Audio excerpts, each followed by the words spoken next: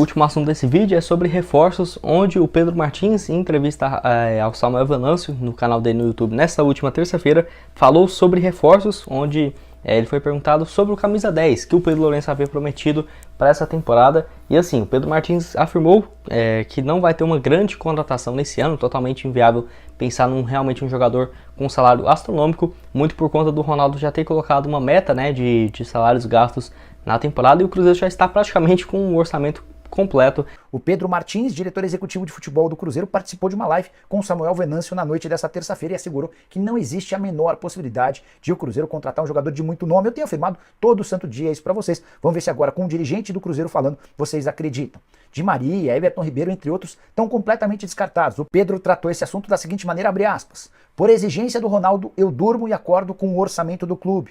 Hoje o Cruzeiro não tem condição de trazer esse tipo de jogador. O clube precisa melhorar a estrutura, a base, o time feminino, esse cenário de contratação. Então o Pedro Martins não tem mais essa opção, sei lá, se ele quisesse contratar um jogador com um salário de 500, 600 mil reais por mês, totalmente fora da realidade financeira do Cruzeiro hoje. Porque tem um teto, né, estabelecido que o Pedro Martins tem que seguir à risca esse orçamento. Porém, ele ainda falou que vai ter, no caso, uma busca por reforços no mercado. O Cruzeiro está ativo, está procurando opções aí para se reforçar na janela do dia 18 de julho, que é quando reabre, e já deve ter, né, no caso, conversas com o Pesolano, com o Pedro Martins agora e também o Ronaldo para contratações pensando no meio da temporada. Tenho certeza que o Cruzeiro deve trazer alguns reforços. Eu já trouxe aqui a informação para vocês que o Cruzeiro deve ir ao mercado para contratar de 2 a 3 jogadores. Eu mesmo vejo que o Cruzeiro precisa, né, de setores ali para reforços.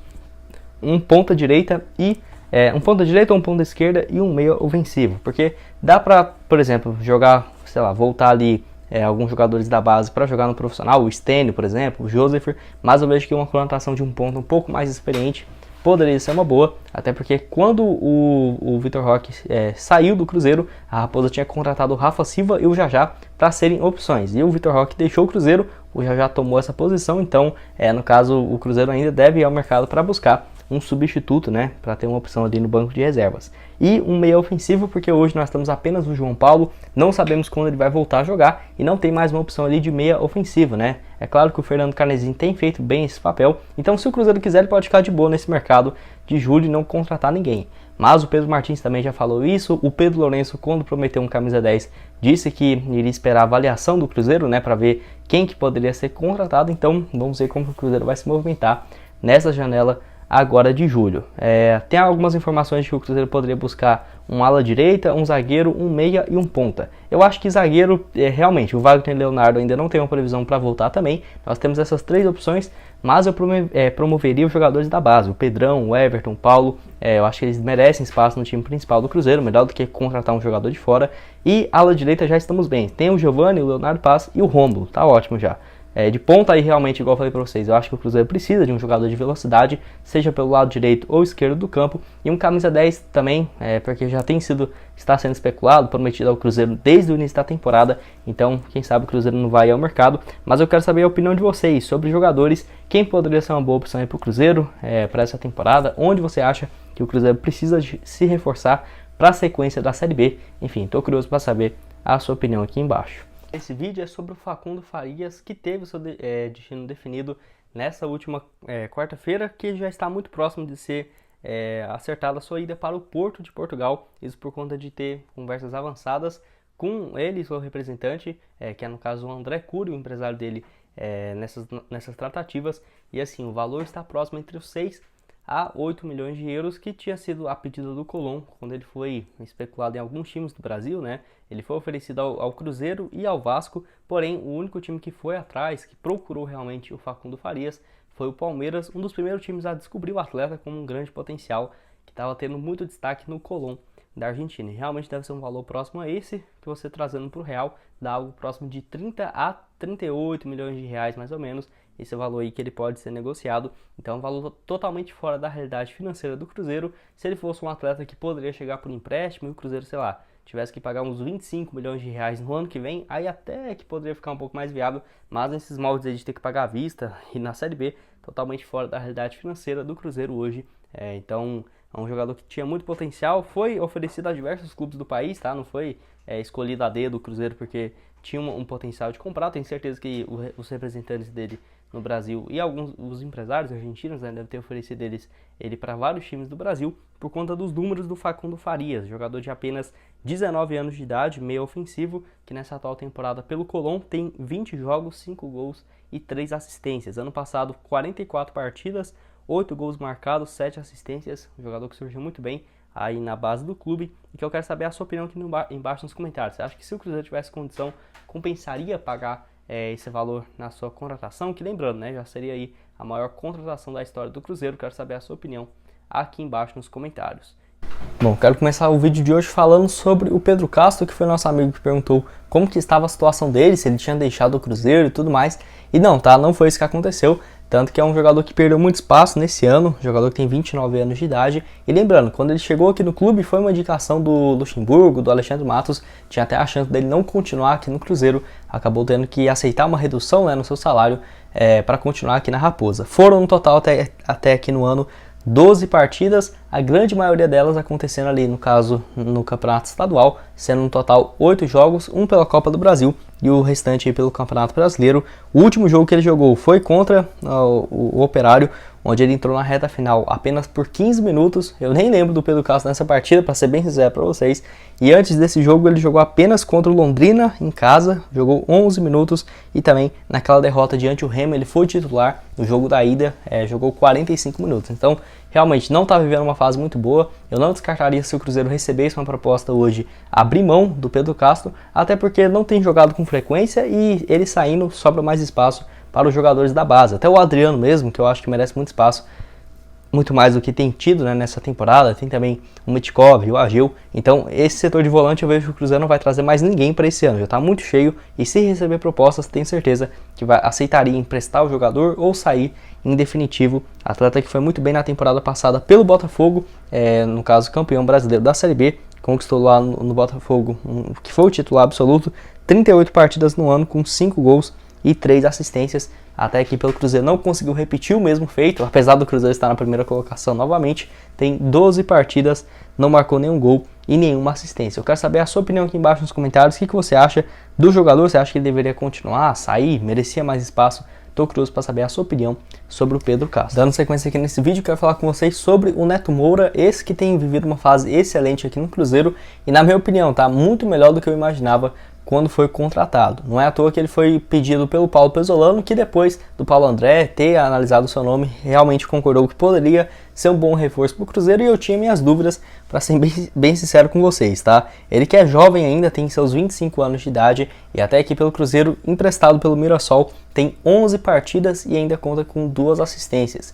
Ele foi muito bem nesse ano pelo Mirassol no estadual, fez 14 partidas também com 2 assistências, e é um atleta que eu até tinha confundido ele com algum outro jogador, pensei que ele tinha jogado na base do Palmeiras ou do Corinthians, e não, tá? Não foi isso. Surgiu muito bem no Sport, lá nos anos de 2014, 2013, e começou a ter as primeiras oportunidades pelo time principal. Depois disso jogou no América Mineiro 10 jogos em 2017, depois um tempo no Sport, na Série A, depois passou ali pelo Vila Nova de Goiás, Mirassol, Ponte Preta, Mirassol, Remo e agora no Mirassol de novo. Sempre teve contato com a equipe de São Paulo desde a temporada de 2019. Ano passado na Série B pelo Remo fez 10 partidas e um gol marcado, uma reta final de ano, uma reta final ali da Série B bem mais ou menos, e realmente tem surpreendido bastante o desempenho do jogador até aqui, porque ele foi emprestado pelo Mirassol até o final da Série B, não tem um valor estipulado, pelo menos que nós sabemos, né, divulgado oficialmente, para o Cruzeiro comprar o jogador, e é um atleta que eu ficaria de olho para manter mesmo para o próximo ano.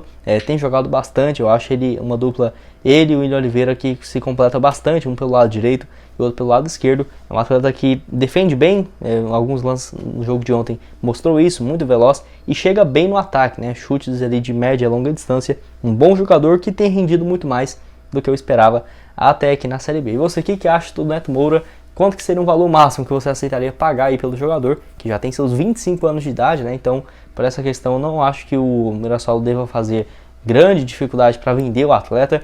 Só se surgisse algumas propostas, quem sabe, do exterior, aí sim poderia complicar um pouco as coisas para o Cruzeiro. Penúltimo assunto desse vídeo é a respeito do goleiro Rafael Cabral do Cruzeiro, que em uma entrevista ao All Sports nesse último final de semana falou um pouco sobre as propostas que ele recebeu antes de assinar com a Raposa e a excelente fase que ele vive aqui no Cruzeiro, né? Depois de muitos anos, ele tendo uma sequência como titular e tem vivido uma baita temporada mesmo, tá no auge da sua carreira, aos 32 anos de idade, e ele disse que por conta dele ter vindo aqui pro Cruzeiro, dessa boa relação que ele já saberia que teria com o Ronaldo, que foi muito importante para ele voltar ao futebol brasileiro. Só lembrando, tá, que o salário dele não é baixo. O Nicola informou que o salário do Rafael Cabral, entre salário, bonificações, luvas, é de mais de 350 mil reais por mês, e eu acho justo, tá? É o maior salário disparado do Cruzeiro, mas já foi uma contratação pensando na Série A. É um jogador que eu vejo que vai ficar aqui no Cruzeiro por pelo menos mais uns 4, 5 anos.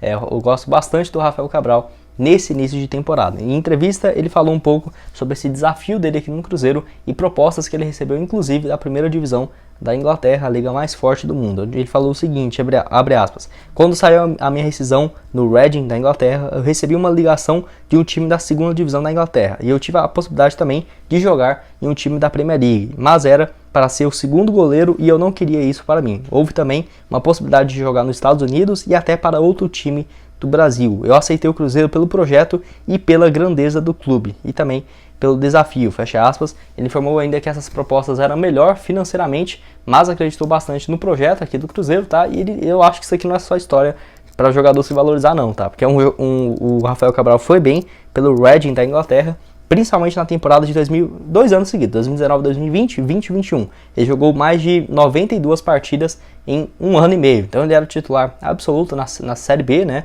Podemos dizer assim. E recebeu essa proposta de um time para jogar como segundo goleiro na primeira divisão. Não aceitou, e no Brasil tinha vários times no início do ano interessados no atleta. Então, realmente, ele tem um salário alto aqui no Cruzeiro, mas tenho certeza que ele tinha propostas financeiras muito melhor do que essa aqui na Raposa. Que, lembrando, 27 jogos no ano, foi importantíssimo naquela disputa de pênaltis contra o Remo na Copa do Brasil, pegou 4 pênaltis naquele duelo, com direito ao Ronaldo acompanhando esse jogo de camarote, né, ainda, mostrando que acertou bastante na contratação. É um atleta que, não, mesmo estando no futebol europeu, não tinha um grande destaque. Por exemplo, ele saiu do Santos em 2013 e o melhor ano dele foi em 2014, 2015, na equipe do Napoli, fez 32 jogos. Depois ele ficou 2015, 16, 17 e 18. Em 4 anos ele jogou 6 vezes, sendo 2 pelo Napoli e outros 4 jogos na Sampdoria. Aí depois ele foi para o Reading na Inglaterra e jogou 2 anos como titular, e agora assinando com o Cruzeiro, né? 32 anos de idade, é um jogador que, quem sabe, a longo prazo não possa pensar até mesmo em Copa do Mundo, né? Ou, por exemplo, ser convocado para a seleção brasileira, porque é um jogador que tem 32 anos de idade. Mas se você for pegar o Fábio, por exemplo, que até aí, os 40, 41 anos de idade, estava jogando em alta pelo Cruzeiro, coloca mais uns 6 anos aí no Rafael Cabral, não acho que ele estaria totalmente fora de forma, ou longe de estar à altura, né, de defender o Cruzeiro numa Série A, numa Libertadores. Então, um goleiro que eu vejo que tem muito potencial de fazer uma bela carreira e ter esse peso muito leve, né, de ser apenas o substituto, o sucessor do Fábio depois dessa sua saída. E você, o que acha aí do goleiro? Acho que ele tem dado conta do recado? Estou curioso para saber a sua opinião aqui embaixo.